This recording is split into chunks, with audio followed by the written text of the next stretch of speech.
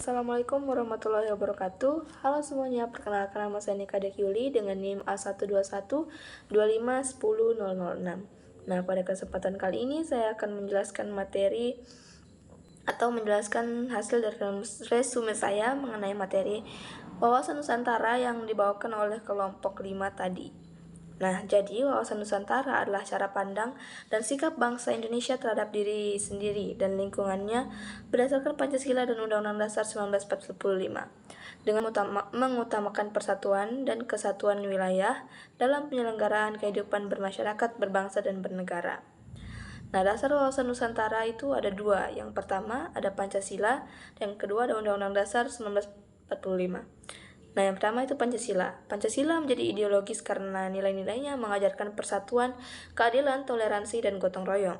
Sedangkan Undang-Undang Dasar 1945 ini menjadi landasan konstitusional yang mengatur tujuan negara, hak dan kewajiban warga negara, serta pentingnya menjaga keutuhan NKRI. Nah, materi yang kedua yaitu mengenai tujuan wawasan Nusantara. Yang pertama yaitu untuk menumbuhkan rasa nasionalisme, yang kedua menjadi pedoman kebijakan nasional, yang ketiga mendorong pemerataan pembangunan, yang keempat itu memperkuat persaudaraan antar warga bangsa, dan yang terakhir menjaga kedaulatan negara. Nah, adapun fungsi dari wawasan Nusantara itu sendiri yang pertama sebagai pedoman kehidupan berbangsa dan bernegara. Wawasan Nusantara menjadi dasar dalam menjalankan kehidupan sosial, politik, ekonomi, dan budaya. Sedangkan fungsi yang kedua yaitu sebagai cara pandang dalam pengambilan kebijakan. Pemerintah harus mempertimbangkan kepentingan seluruh rakyat Indonesia ketika membuat keputusan. Yang ketiga yaitu sebagai alat pemersatu bangsa. Wawasan Nusantara mampu menyatukan berbagai perbedaan yang ada dalam masyarakat Indonesia. Nah, adapun juga hakikat dan asas-asas dari wawasan Nusantara.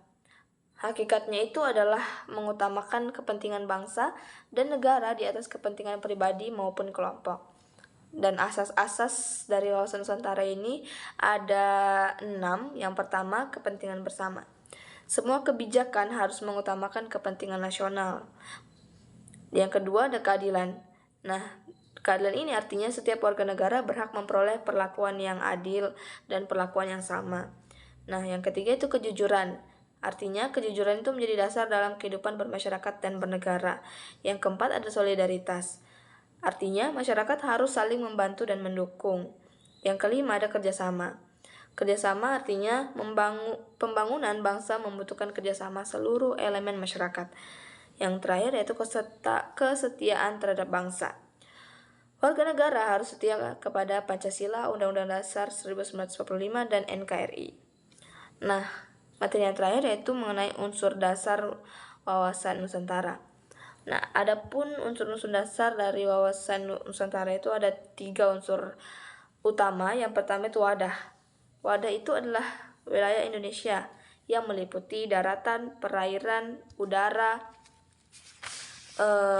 dan seluruh sumber daya alam yang terkandung di dalamnya. Wilayah tersebut merupakan satu kesatuan yang tidak dapat dipisahkan. Yang kedua ada isi. Isi merupakan cita-cita dan tujuan nasional yang tercantum dalam pembukaan Undang-Undang Dasar 1945, yaitu melindungi segenap bangsa Indonesia, memajukan kesejahteraan umum, mencerdaskan kehidupan bangsa, dan ikut melaksanakan ketertiban dunia. Dan yang ketiga yaitu adalah tata laku. Tata laku adalah perilaku masyarakat dan pemerintah dalam melaksanakan kehidupan berbangsa dan bernegara sesuai nilai Pancasila. Nah, materi yang selanjutnya yaitu mengenai implementasi Astagatra. Astagatra itu sendiri merupakan konsep ketahanan nasional yang terdiri dari 2 kelompok, yaitu Trigatra dan Pancagatra. Trigatra artinya 3 aspek ilmiah.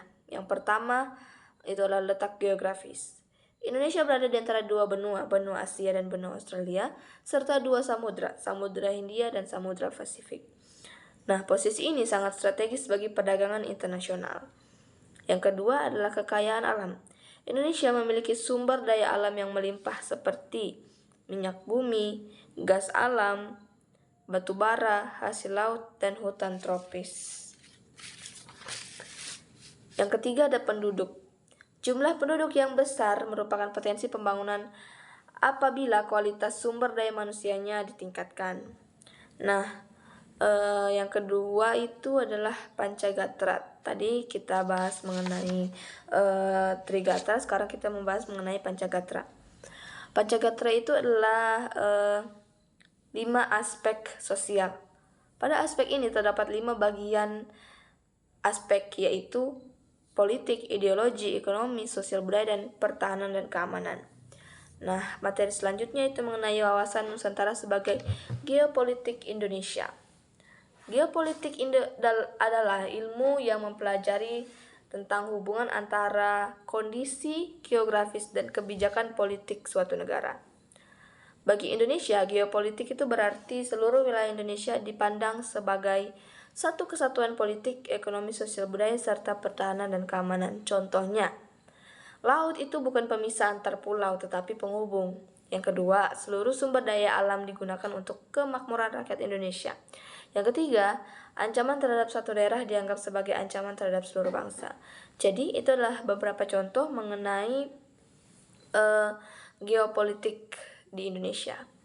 Nah, adapun materi yang terakhir yang dibawakan oleh kelompok 5 tadi, yaitu mengenai contoh penerapan. Contoh penerapan wawasan Nusantara dalam kehidupan sehari-hari itu misalnya dengan menggunakan produk dalam negeri, menghargai perbedaan suku, agama, budaya, menjaga keamanan lingkungan, tidak menyebarkan hoaks, dan mendukung pembangunan di seluruh daerah. Nah, jadi hanya itu yang dapat saya sampaikan mengenai hasil dari resume saya tentang materi wawasan Nusantara. Sekian dari saya ucapkan terima kasih.